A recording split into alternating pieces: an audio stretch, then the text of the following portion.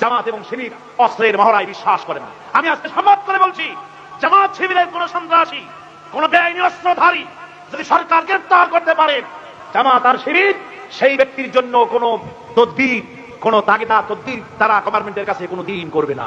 জামাত শিবিরের হাতে কোন সন্ত্রাসী নাই, আলহামদুলিল্লাহ বলে।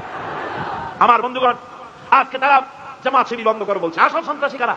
রাশেদ খান মেনন গুলিবিদ্ধ হওয়ার পর শখানে গাড়ি ভাঙা হলো। গাড়ি ভাঙা হয়নি? শখানে গাড়ি ভাঙা হলো। একদিকে রাশেদ খান মেননের গুলিবিদ্ধের পরে শখানে গাড়ি ভাঙা হলো।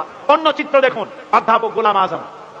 অধ্যাপক গোলাম আজম বিদ্যার দিক থেকে, প্রজ্ঞার দিক থেকে, চরিত্রের দিক থেকে, দেশে গ্রহণযোগ্যতার দিক থেকে, জনপ্রিয়তার দিক থেকে, তার অনুসারীর দিক থেকে রাশেদ খান মেনন আর অধ্যাপক Golam Azam Gulf of difference, আকাশ পাতালের পার্থক্য, ঠিক কিনা?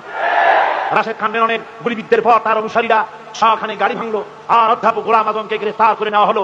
হাজার হাজার কর্মীর চোখের সামনে দিয়ে কর্মীরা চোখের পানি ফেলেছে, কর্মীরা পুলিশের গাড়িতে একটা ঢিল মারে নাই। সন্ত্রাসী কারা, এর দ্বারা তা প্রমাণিত হয়ে যায়, ঠিক কিনা?